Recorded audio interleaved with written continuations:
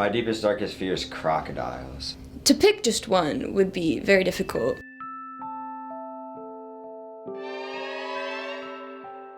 My biggest fear is Senior Allen. I'm afraid of letting people down. My deepest, darkest fear is probably disappointment. That's pretty deep. So my biggest fear would probably be losing everyone that I love.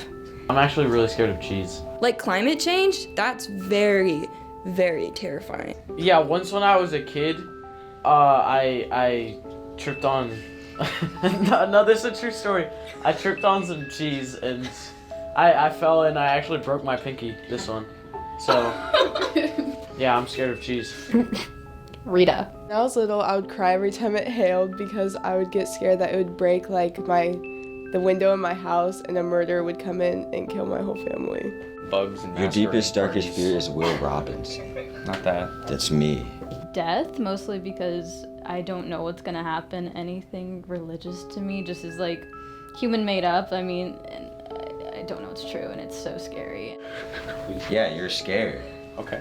Yeah, that's what I thought. Suck up. Okay. What was the question?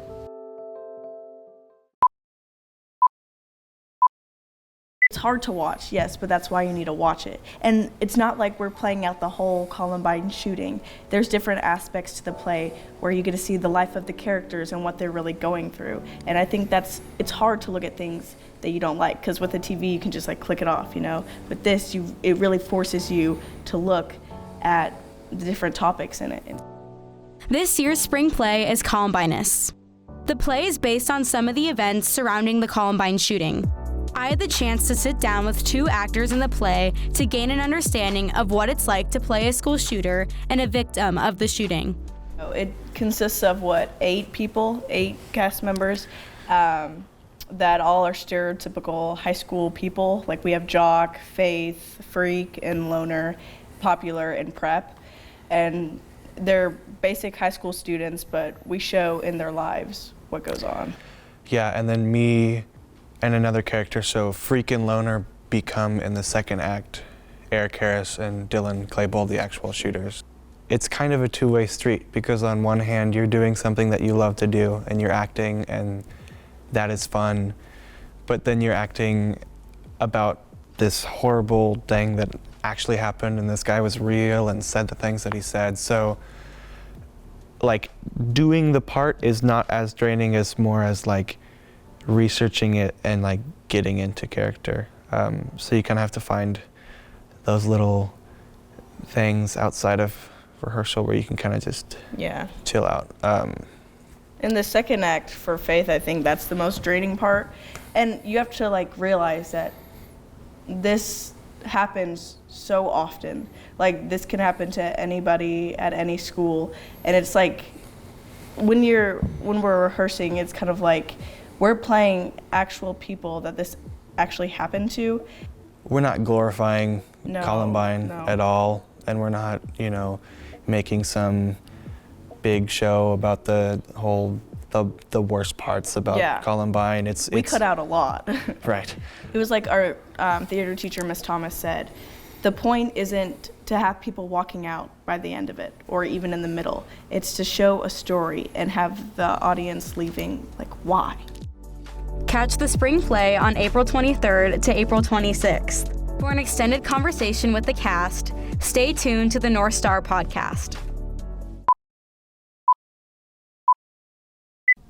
Since middle school, we've all been told to keep a binder to stay organized of all of the classes that we're taking. Whether the classes are English, science, math, or history, we've all picked a color for them, and we don't really know why, and we don't really talk about it until we're told to. So that's exactly what I did today. I brought a group of friends together, and I told them that they have to discuss what colors their binders are for different classes. Putting the black away. Yeah, I don't think black is like... Math is always blue. Okay. No, math is always red. Are you kidding me? Yeah. Math is red too. Yeah. No. And science is green. Science is green. Science is green. Yeah. I can all agree on It's that. purple.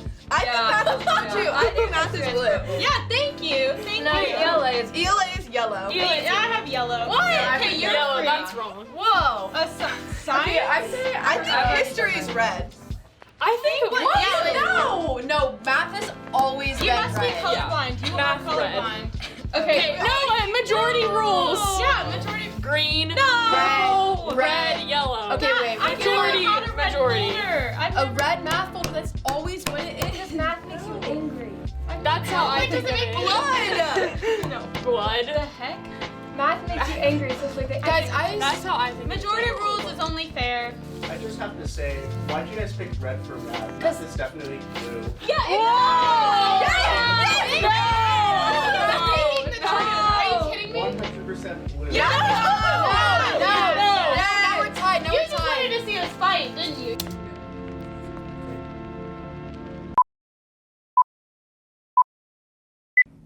I think the biggest lie that we are told as young people is that we don't have the power to change the world. And that sounds like really cheesy, but it's not, right? Like, every person has a place in this world, and every person has the ability to fight for a livable future.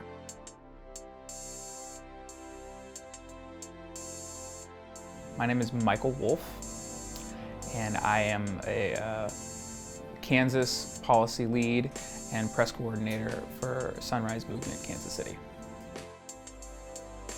I graduated from Blue Valley North in 2014, and my entire life, whenever somebody asked me, what do you want to be when you grow up, I always had an answer, and that was, I want to make movies.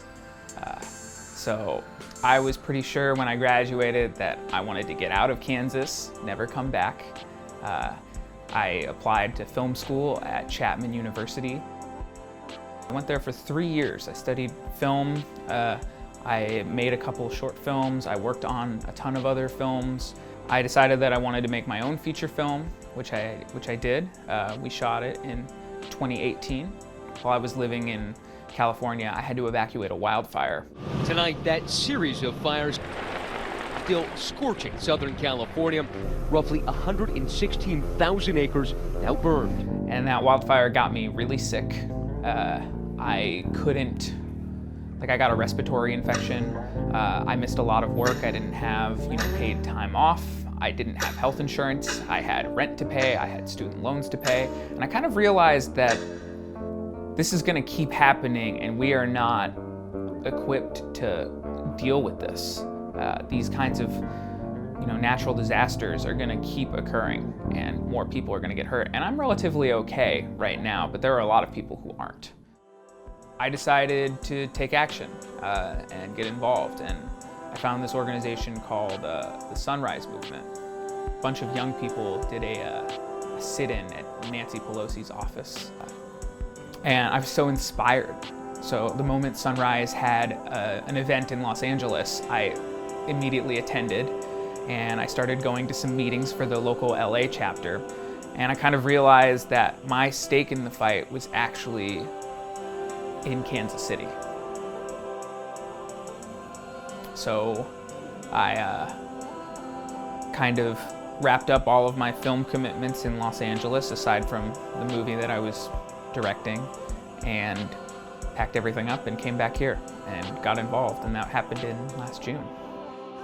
The community that I've built here is actually really strong, and a community that I like even more than the community I made for myself in Los Angeles. And it's weird, if you were to have asked me in high school, would I ever come back to Kansas, I would have said no, but now it seems like it was kind of the best thing for me to do.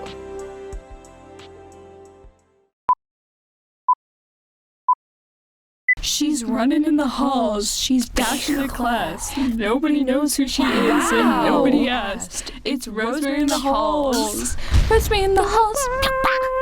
Hi, I'm Rosemary Lufkin, here with BVN Broadcast's Rosemary in the Halls, a spoof of Billy on the Street with Funny or Die. Let's go interview some peeps. Hulu or a loving relationship with any person?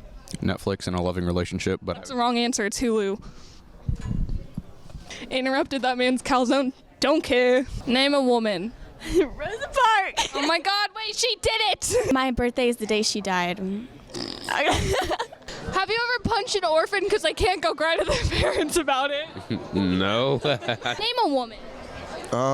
Yeah? Uh-huh. For a sticker. And for a sticker, do you like the band Prison Communion? I've never heard of that. Because they're not even a band! Pennywise. No. No. Wait. No. I got one. Okay.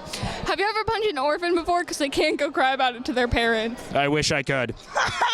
My daily routine? Yeah. Well, I wake up in the morning. All right. I take acne pill. You see how smooth my face is now? Oh, okay. Well, hey, Rosemary. I don't care. I don't care.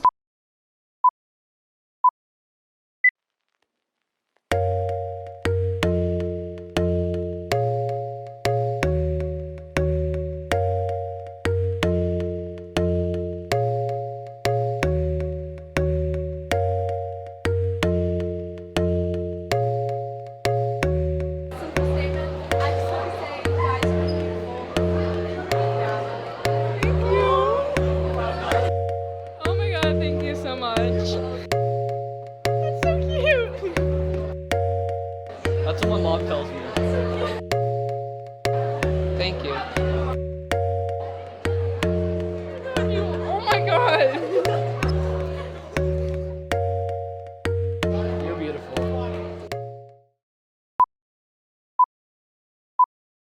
So, because of the recent outbursts of babies around our school, we decided to do some digging.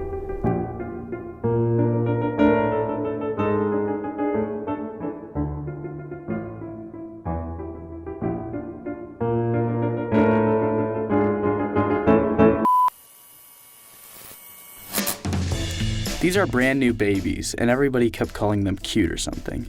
Well, I think they're really cute. I think they're really cute. Yes, the babies were very cute.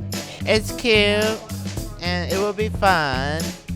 Wait, hold up, pause. There seems to be more to these babies than just being cute. The babies are a lot of work, and they're actually pretty hard to take care of. This is Miss Petty, the gatekeeper of the babies. Most of the girls that take care of babies actually aren't ready for them. Now we'll see who's already had one of these things. It cried throughout the night. It was pretty much everything negative about having a baby because you didn't really get to experience the loving, like in the laughter. I hated the baby. Abstinence is good. Abstinence is good. Abstinence is amazing. This makes us think.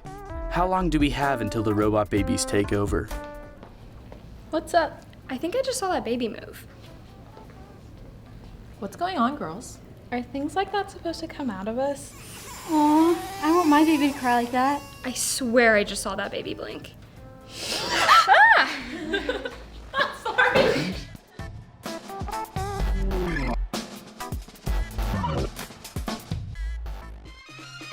If you guys like what you see, follow our Instagram and subscribe to our YouTube. Both of them are at BVN Broadcast.